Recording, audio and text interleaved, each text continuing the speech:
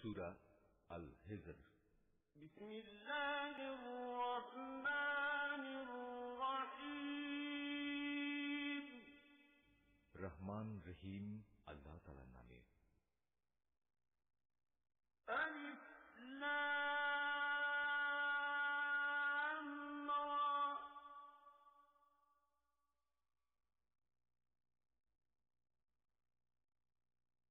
তিলকা আয়াতুল কিতাবি ওয়া কুরআনিন মুবিন। আলিফ লাম রা, এগুলো হচ্ছে সেই মহান গ্রন্থ ও সুস্পষ্ট কোরআনের আয়াত। ربما يود الذين كفروا لو كانوا مسلمين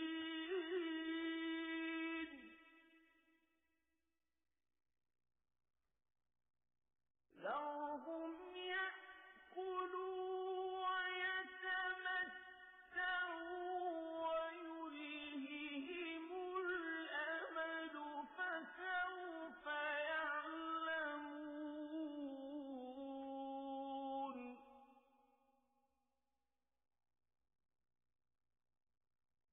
وما أهلكنا من قرية إلا ولها كتاب معلوم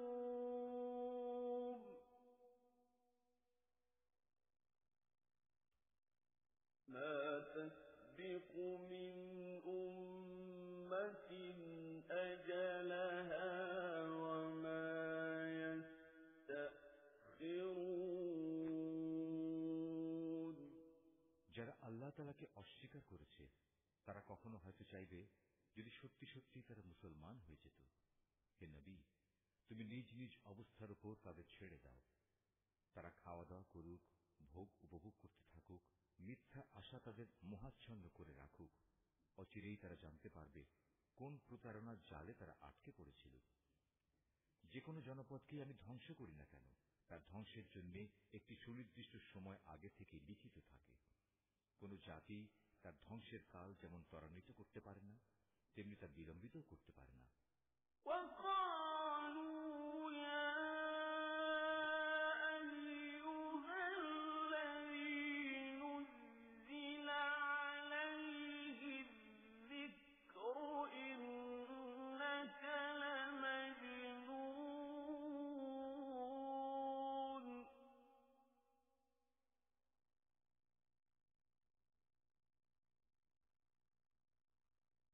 لو ما تأتينا بالملائكة إن كنت من الصادقين ما ننزل الملائكة إلا بالحق وما كانوا إذا منظرين। তারা বলে, ওহে, যার উপর কোরআন নাজিল করা হয়েছে তুমি অবশ্যই একজন উন্মাদ ব্যক্তি। তুমি সত্যবাদী নবী হলে আমাদের সামনে ফেরেশতাদের নিয়ে আসো না কেন? হে নবী, তুমি তাদের বলো, আমি ফেরেশতাদের কখনো কোনো সঠিক কারণ ছাড়া নাজিল করি না। তাছাড়া একবার যদি আযাবের আদেশ নিয়ে ফেরেশতারা এসেই যায়, তবে তো আর তাদের কোনো অবকাশই দেয়া হবে না। ইন্না নাহনু নাযালনা যিকরা ওয়া ইন্না লাহু লাহাফিযুন।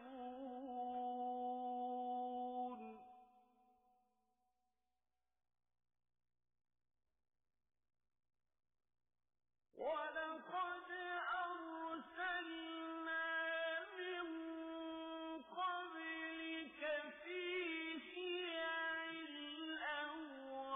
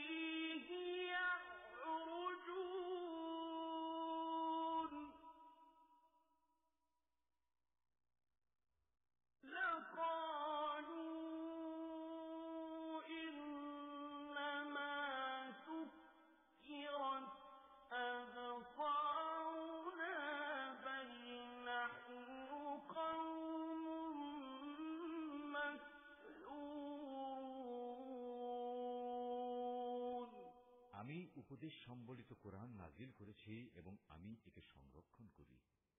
তোমার আগেও পূর্ববর্তী জাতিসমূহের মাঝে আমি রসুল পাঠিয়েছিলাম। তাদের কাছে এমন একজন রসুল আসেনি যার সাথে তারা ঠাট্টা বিদ্রুপ করেনি। এভাবেই আমি অপরাধীদের অন্তরে ঠাট্টা বিদ্রুপের এ প্রবণতা সঞ্চার করি। এরা কোনো অবস্থায় তার উপর ঈমান আনবে না। আসলে এই নিয়ম তো আগের মানুষদের থেকেই চলে এসেছে। আমি যদি এদের জন্য আসমানের দরজাও খুলে দেই, অতঃপর তারা যদি তাতে চড়তেও শুরু করে, তারপরও এরা ঈমান আনবে না, বরং বলবে আমাদের দৃষ্টি মোহাবিষ্ট হয়ে গেছে, কিংবা আমরা হচ্ছি এক জাদুগ্রস্ত সম্প্রদায়। وَلَقَدْ جَعَلْنَا فِي السَّمَاءِ بُرُوجًا وَزَيَّنَّاهَا لِلنَّاظِرِينَ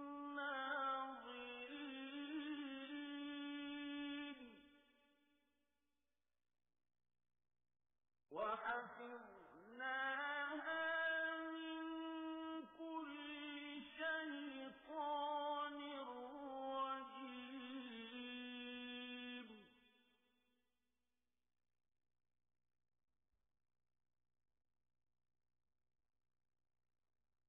إِلَّا مَنِ اسْتَرَقَ السَّمْعَ فَأَتْبَعَهُ شِهَابٌ مُّبِينٌ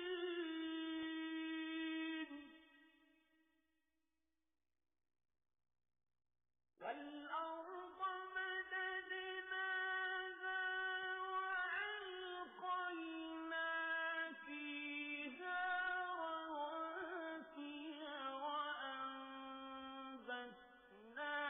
فِيهَا مِن كُلِّ شَيْءٍ مَّوْزُونٍ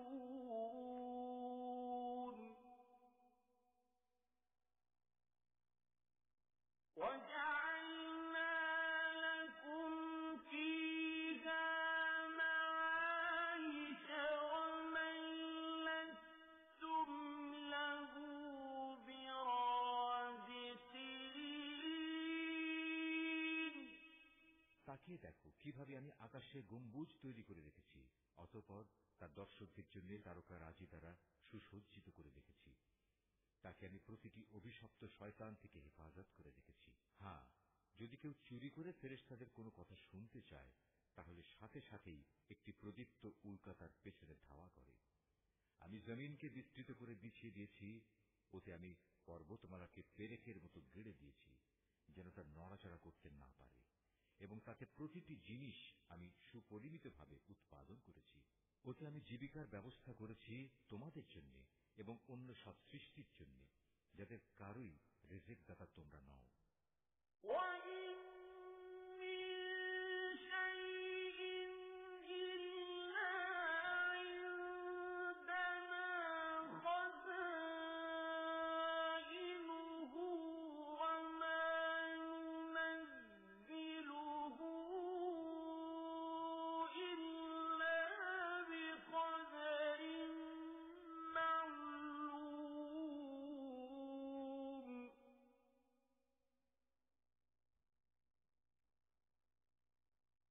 وَأَرْسَلْنَا الرِّيَاحَ لَوَاقِحَ فَأَنزَلْنَا مِنَ السَّمَاءِ مَاءً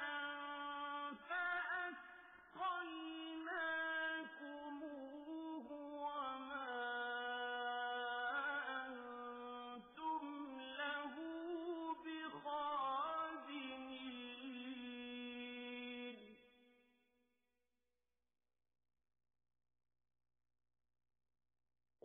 وَإِنَّا لَنَحْنُ نُحْيِي وَنُمِيتُ وَنَحْنُ الْوَارِثُونَ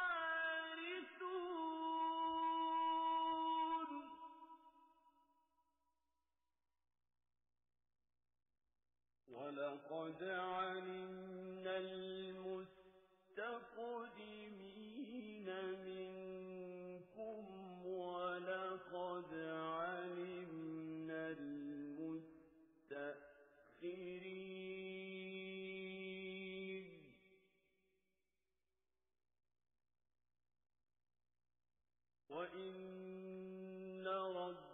ربك هو يحشرهم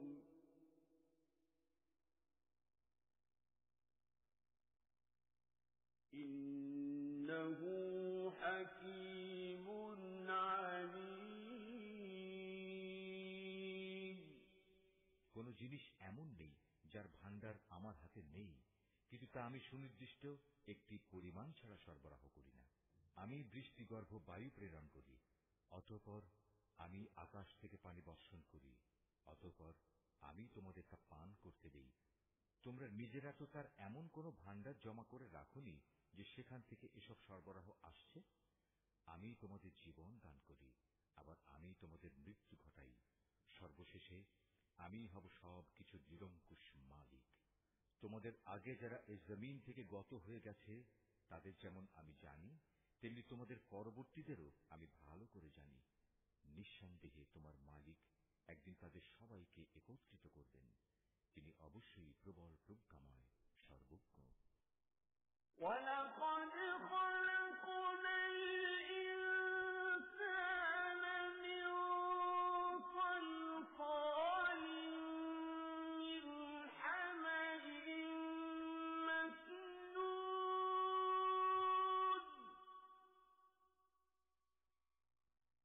وَالْجَانَّ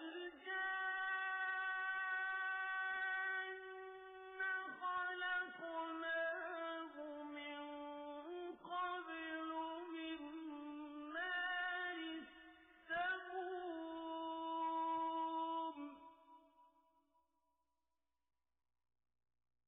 وَإِذْ قَالَ رَبُّكَ لِلْمَلَائِكَةِ إِنِّي خَالِقٌ بَشَرًا مِّن صَلْصَالٍ مِّنْ حَمَإٍ مَّسْنُونٍ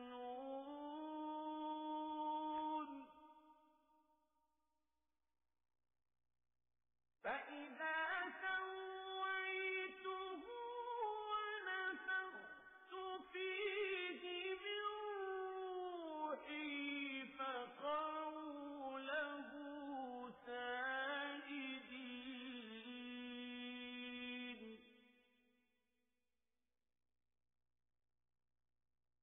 فَسَجَدَ الْمَلَائِكَةُ كُلُّهُمْ أَجْمَعُونَ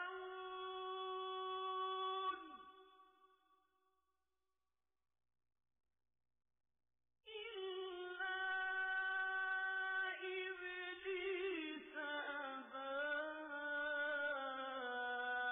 أَن يَكُونَ مَعَ السَّاجِدِينَ অবশ্যই আমি মানুষকে ছাঁচে ঢালা শুকনো ঠনঠনে মাটি থেকে পয়দা করেছি। আর হ্যাঁ, জিন তাকে আমি আগেই আগুনের উত্তপ্ত শিখা থেকে সৃষ্টি করেছি। স্মরণ করো, যখন আমি ফেরেশতাদের বলেছিলাম আমি অচিরেই ছাঁচে ঢালা ঠনঠনে শুকনো মাটি থেকে মানুষ পয়দা করতে যাচ্ছি, অতঃপর যখন আমি তাকে পুরোপুরি সুঠাম করে নেব এবং আমার রূহ থেকে কিছু তাতে ফুঁকে দেব, তখন তোমরা সবাই তার সামনে সিজদা অবনত হয়ে যাবে। অতঃপর আল্লাহর আদেশে ফেরেশতারা সবাই সিজদা করল, একমাত্র ইবলিস ছাড়া। সে সিজদাকারীদের দলভুক্ত হতে অস্বীকার করল। قَالَ يَا إِبْلِيسُ مَا لَكَ أَلَّا تَكُونَ مَعَ السَّاجِدِينَ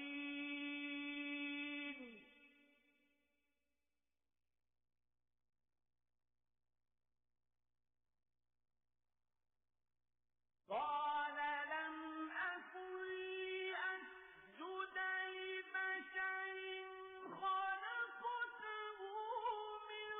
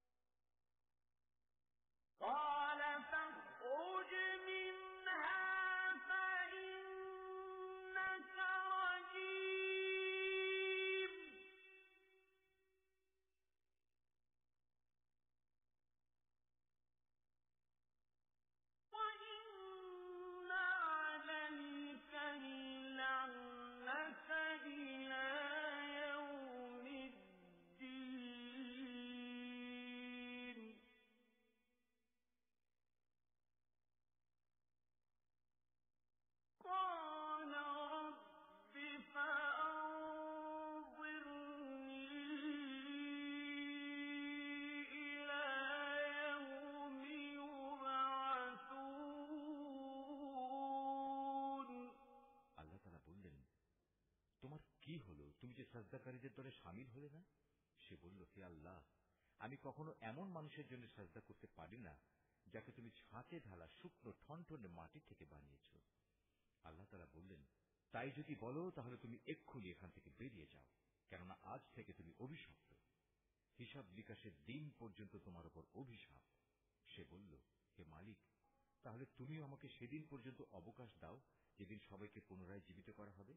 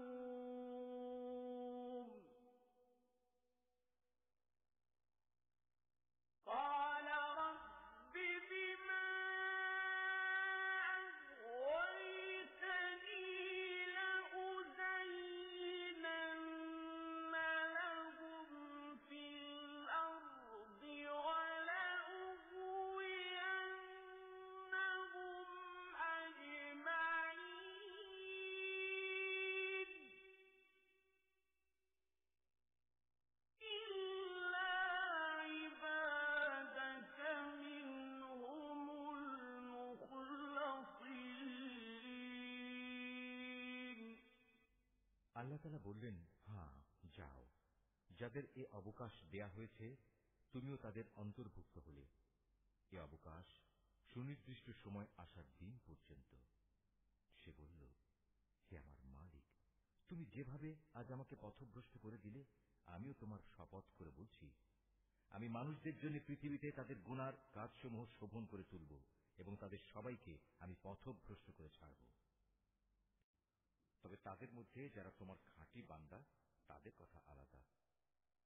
قال هذا صراط علي مستقيم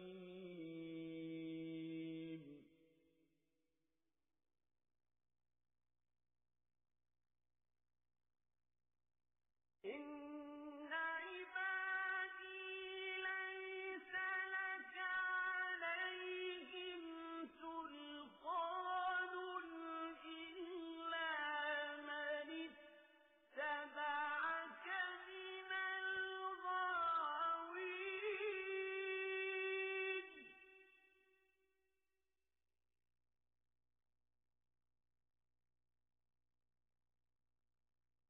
وإن جهنم لموعدهم أجمعين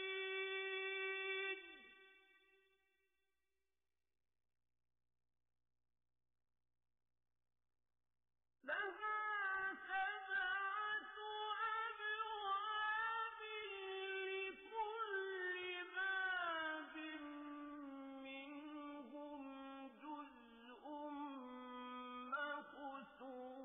مقسوم إن المتقين في جنات وعيون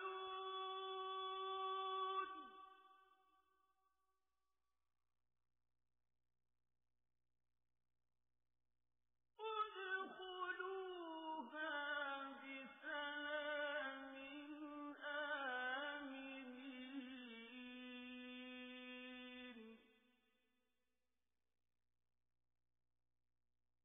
ونزعنا ما في صدورهم من غل إخوانا على سرر متقابلين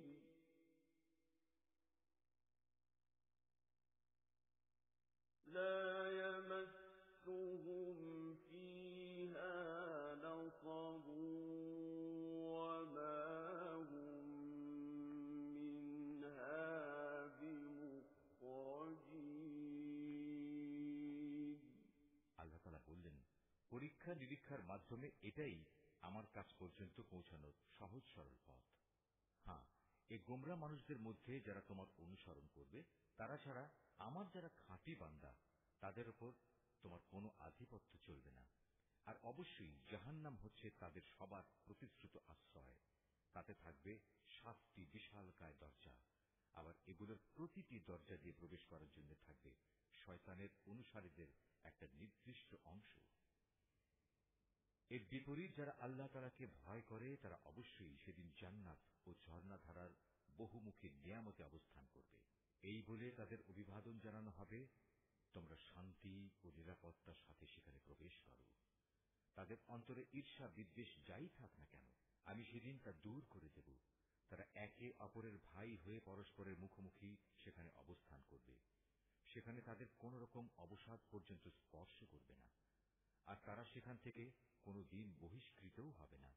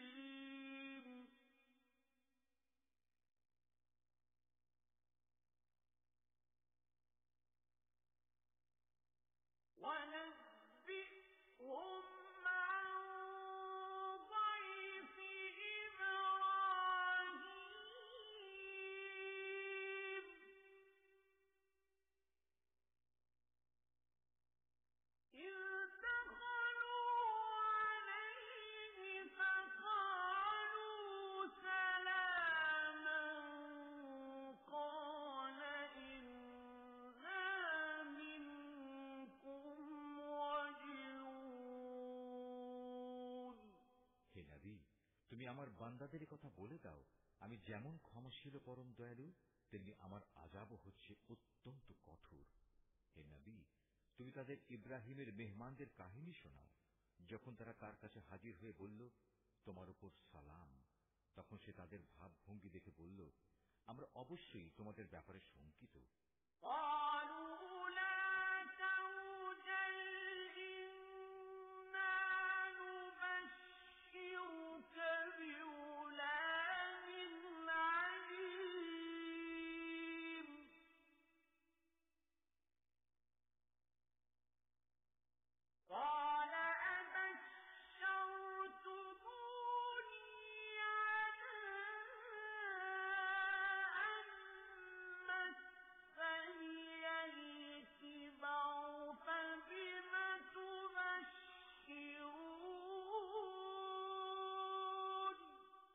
ওরা বলল, না, তুমি আশঙ্কা করো না, আমরা তোমাকে এক জ্ঞানবান সন্তানের সুসংবাদ দিচ্ছি। সে বলল, তোমরা আমাকে সন্তানের সুসংবাদ দিচ্ছ, অথচ বার্ধক্যজনিত অবস্থা আমাকে স্পর্শ করে ফেলেছে।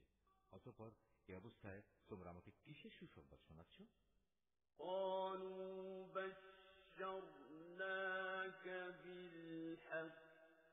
فلا تكن من القانطين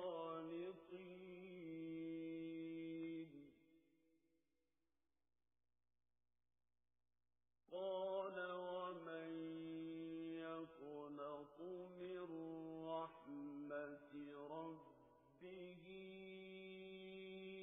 إلا الضالون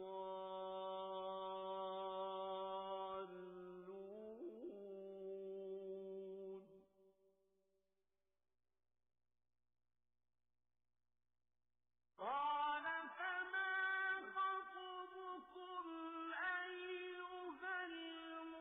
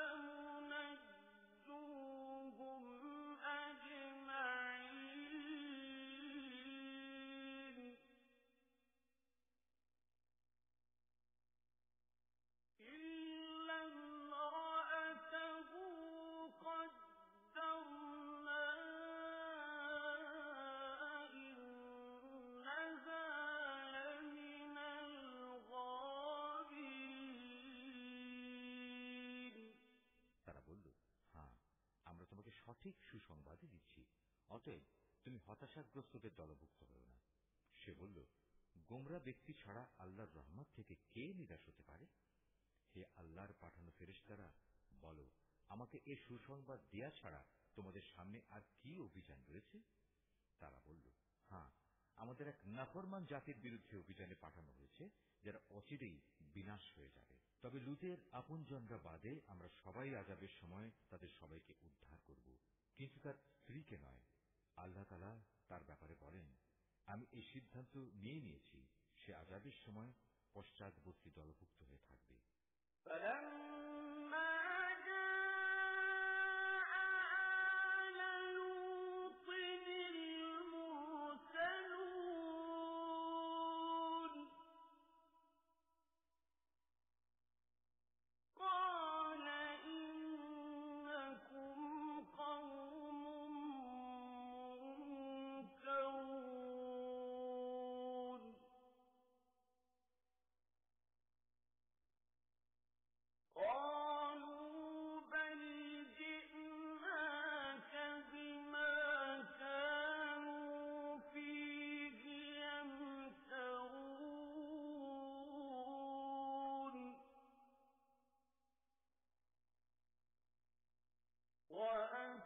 وَأَتَيْنَاكَ بِالْحَقِّ وَإِنَّا لَصَادِقُونَ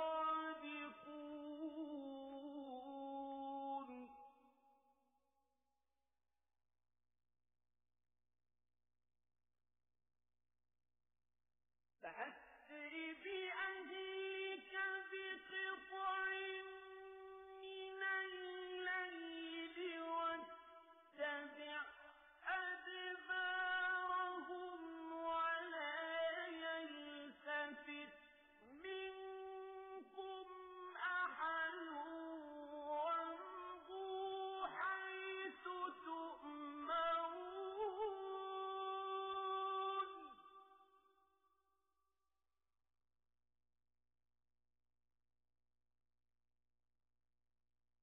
وَقَضَيْنَا إِلَيْهِ ذَلِكَ الْأَمْرَ أَنَّ دَابِرَ هَٰؤُلَاءِ مَقْطُوعٌ مُصْبِحِينَ। যখন সে ফেরেশতারা লুতের পরিবার পরিজনদের কাছে এসে হাজির হল, তখন লুত বলল, আপনারা তো দেখছি অপরিচিত ধরনের লোক। তারা বলল, না, আসলে তা নয়। আমরা তাদের কাছে সে আযাবের বিষয়টা নিয়ে এসেছি, যার ব্যাপারে তারা ছিল সন্দিগ্ধ। আমরা তোমার কাছে সত্য সংবাদ নিয়ে এসেছি এবং আমরা হচ্ছি সত্যবাদী। সুতরাং তুমি রাতের কিছু অংশ থাকতে তোমার লোকজন সহ এই জনপদ থেকে বেরিয়ে পড়ো এবং তুমি নিজে তাদের পেছনে পেছনে চলতে থাকো। সাবধান, তোমাদের মধ্যে কেউ যেন পেছনে ফিরে না তাকায়। ঠিক যেদিকে যাওয়ার জন্য তোমাদের আদেশ করা হবে সেদিকে চলতে থাকবে। ইতিমধ্যে আমি তার কাছে এ ফয়সালা পাঠিয়ে দিয়েছি যে এ জনপদের মানুষগুলোকে ভোর হতেই মূলোৎপাটিত করে দেয়া হবে। وَجَاءَ أَهْلُ الْمَدِينَةِ يَسْتَبْشِرُونَ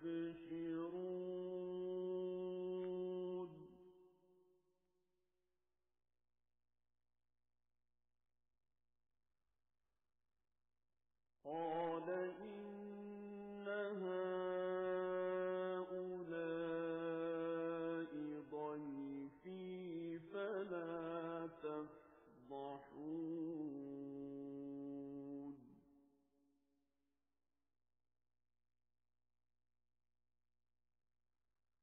وَاتَّقُوا اللَّهَ وَلَا تُخْزُونِ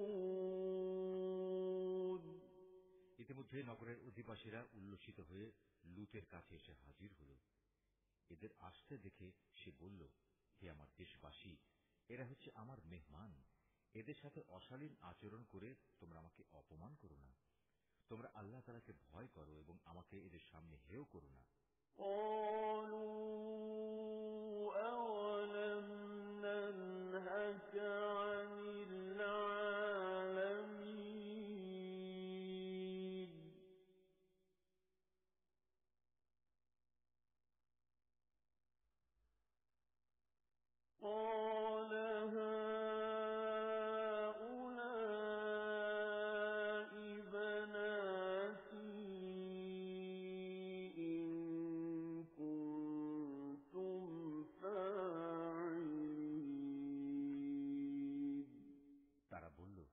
আমরা কি তোমাকে দুনিয়া জোড়া মানুষের মেহমানদারি করা থেকে নিষেধ করিনি?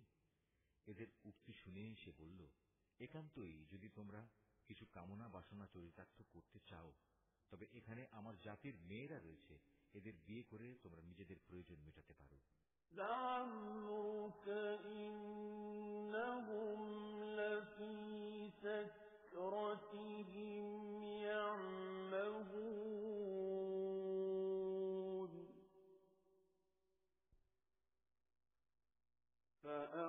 فأخذتهم الصيحة مشرقين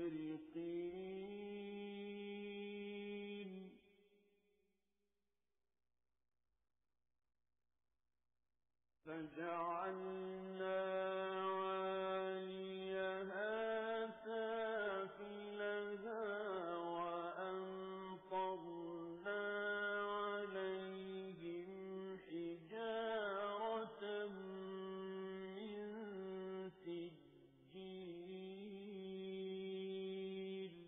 আল্লাহ তাআলা বললেন, হে নবী, তোমার জীবনে শপথ করে বলছি, সেদিন এরা নিদারুণ এক নেশায় বিভোর হয়ে পড়েছিল। আল্লাহর গজবের কোন কথাই এরা বিশ্বাস করল না। অতঃপর সূর্যোদয়ের সাথে সাথেই এক মহানাদ এসে তাদের উপর আঘাত হানল। তারপর আমি নগরগুলো উল্টিয়ে দিলাম এবং ওদের উপর পাকানো মাটির পাথরের বৃষ্টি বর্ষণ করলাম। ইন্না ফী যালিকা লাআয়াতিন লিলমুতাওয়াসসিমিন।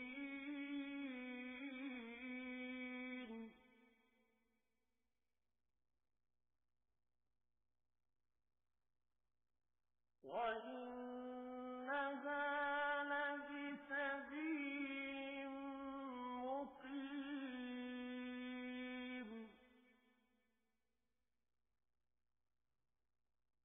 إِنَّ فِي ذَلِكَ لَآيَةً لِلْمُؤْمِنِينَ وَإِن كَانَ أَصْحَابُ الْأَيْكَةِ لَظَالِمِينَ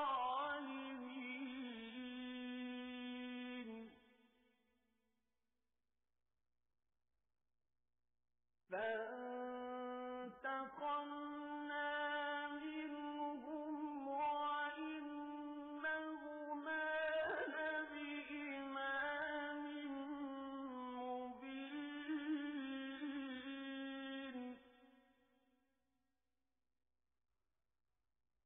وَلَقَدْ كَذَّبَ أَصْحَابُ الْحِجْرِ الْمُرْسَلِينَ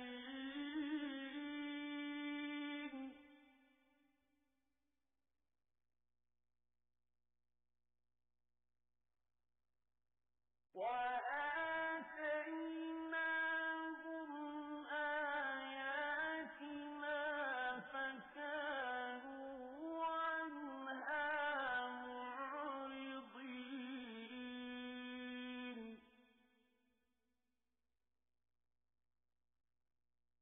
وَكَانُوا يَنْحِتُونَ مِنَ الْجِبَالِ بُيُوتًا آمِنِينَ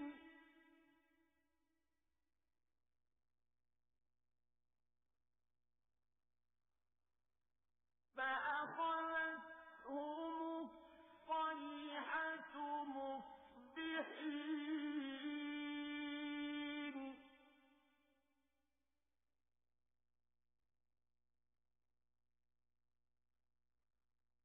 فَمَا أَغْنَىٰ عَنْهُم مَّا كَانُوا يَكْسِبُونَ অবশ্যই এই ঘটনার মাঝে পর্যবেক্ষণ সম্পন্ন মানুষদের জন্য শিক্ষার বহু নিদর্শন রয়েছে। ধ্বংসস্তূপের নিদর্শন হিসেবে তা আজও রাস্তার পাশে দাঁড়িয়ে আছে। অবশ্যই এর মাঝে ঈমানদারদের জন্য আল্লাহর নিদর্শন মজুদ রয়েছে। লুতের জাতির মতো আইকার অধিবাসীরাও জালেম ছিল। অতঃপর আমি তাদের কাছ থেকেও তাদের নাফরমানির প্রতিশোধ নিয়েছি। আর আজ এ জনপদে আযাবের চিহ্ন বহন করে প্রকাশ্যে রাস্তার পাশে দাঁড়িয়ে আছে। একইভাবে হেজরবাসীরাও নবীদের অস্বীকার করেছিল। আমি আমার নিদর্শনসমূহ তাদের কাছে প্রেরণ করেছিলাম, এত সত্ত্বেও তারা তা থেকে মুখ ফিরিয়ে নিয়েছিল। তারা পাহাড় কেটে কেটে নিজেদের জন্য ঘর বানাত এ আশায় যে তারা সেখানে নিশ্চিন্তে জীবন কাটাতে পারবে। অতঃপর নাফরমানির জন্য একদিন প্রত্যুষে তাদের উপর মহান আদেশে আঘাত হানল। সুতরাং তারা জীবনভর যা কিছু কামাই করেছে আল্লাহর গজবের সামনে তা কোনোই কাজে আসেনি। وَمَا خَلَقْنَا السَّمَاوَاتِ وَالْأَرْضَ وَمَا بَيْنَهُمَا إِلَّا بِالْحَقِّ وَإِنَّ السَّاعَةَ لَآتِيَةٌ فَاصْفَحِ الصَّفْحَ الْجَمِيلَ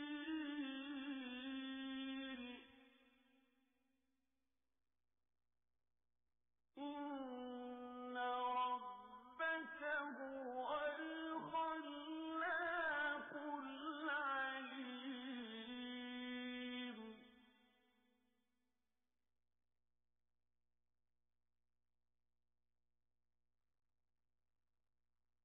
وَلَقَدْ آتَيْنَاكَ سَبْعًا مِّنَ الْمَثَانِي وَالْقُرْآنَ الْعَظِيمَ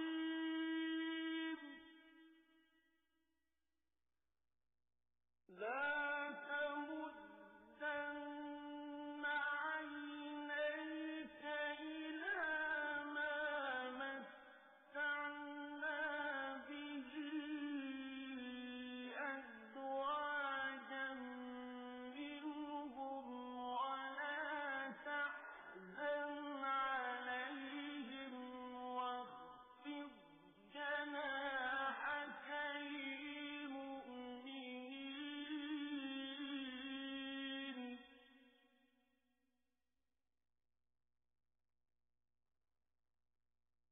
وَقُلْ إِنِّي أَنَا النَّذِيرُ الْمُبِينُ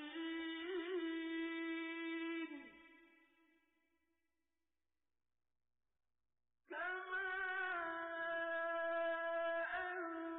أَنزَلْنَا عَلَى الْمُقْتَسِمِينَ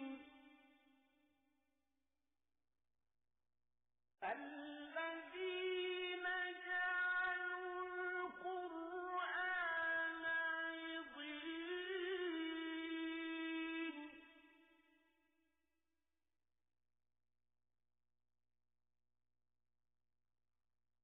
فَوَرَبِّكَ لَنَسْأَلَنَّهُمْ أَجْمَعِينَ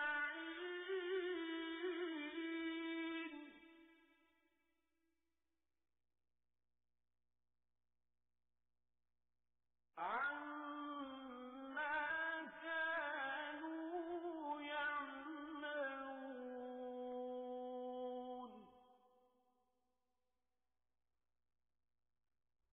فاصدع بما تؤمر وأعرض عن المشركين إنا كفيناك المستهزئين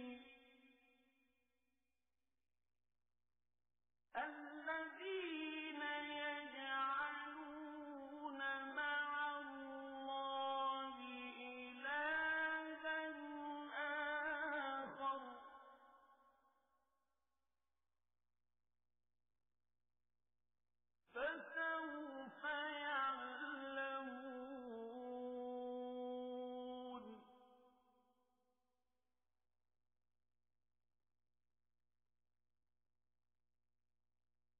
وَلَقَدْ نَعْلَمُ أَنَّكَ يَضِيقُ صَدْرُكَ بِمَا يَقُولُونَ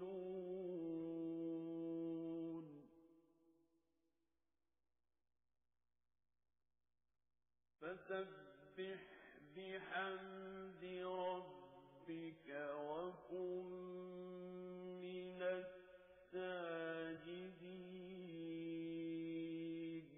জেনে রেখো, আকাশমালা, জমিন এবং এই দুইয়ের মাঝখানে যা কিছু আছে তার কোনোটাই আমি অযথা পয়দা করিনি। অবশ্যই সব কিছু শেষে একদিন কিয়ামত আসবে এবং এই সৃষ্টিলীলা ধ্বংস হয়ে যাবে। অতএব হে নবী, তুমি পরম ঔদাসীন্যের সাথে ওদের উপেক্ষা করো। নিশ্চয়ই তোমার মালিক হচ্ছেন এক মহাস্রষ্টা, মহাজ্ঞানী। অবশ্যই আমি তোমাকে 7 আয়াত বিশিষ্ট একটি সূরা দিয়েছি, যা নামাজের ভেতর ও বাইরে বারবার পঠিত হয়। আরো দিয়েছি জীবনের বিধান হিসেবে মহান গ্রন্থ কোরআন। আমি এই কাফেরদের মাঝে কিছু লোককে ভোগ বিলাসের যে উপকরণ দিয়েছি তার প্রতি তুমি কখনো তোমার দুচোখ তুলে তাকাবে না। তাদের উপর তুমি কোনো ক্ষোভ করবে না। ওদের কথা বাদ দিয়ে বরং তুমি ঈমানদারদের দিকে ঝুঁকে থেকো। সবাইকে বলে দাও, আমি হচ্ছি জাহান্নামের সুস্পষ্ট সতর্ককারী মাত্র। যারা বিভিন্ন দলে বিভক্ত তাদের ওপরও আমি এভাবেই কিতাব নাযিল করেছিলাম। এরা হচ্ছে সেসব লোক যারা কোরআনকে টুকরো টুকরো করেছে। সুতরাং হে নবী, তোমার মালিকের শপথ, ওদের সবার কাছে আমি অবশ্যই প্রশ্ন করব সেসব বিষয়ে যা কিছু আচরণ তারা কোরআনের সাথে করত। অতএব তোমাকে যে আদেশ দেয়া হয়েছে তুমি খোলাখুলি জনসমক্ষে তা বলে দাও, এবং এর পরেও যারা আল্লাহ তাআলার সাথে শরীক করে তাদের তুমি উপেক্ষা করো। এই বিদ্রুপকারী ব্যক্তিদের মোকাবেলায় আমি তোমার জন্য যথেষ্ট। যারা আল্লাহর সাথে অন্যকে মাবুদ বানিয়ে নিয়েছে তারা অচিরেই জানতে পারবে তারা কত গোমরাহিতে নিমজ্জিত ছিল। হে নবী, আমি একথা ভালো করেই জানি ওরা যা কিছু বলে তাতে তোমার অন্তর সংকুচিত হয়। অতএব তুমি তোমার মালিকের প্রশংসা দ্বারা তার পবিত্রতা ঘোষণা করো এবং তুমিও সিজদাকারীদের দলে শামিল হয়ে যাও। وَاعْبُدْ رَبَّكَ حَتَّى يَأْتِيَكَ الْيَقِينُ। হে নবী, যতক্ষণ পর্যন্ত তোমার কাছে নিশ্চিত মৃত্যুজনিত ঘটনা না আসবে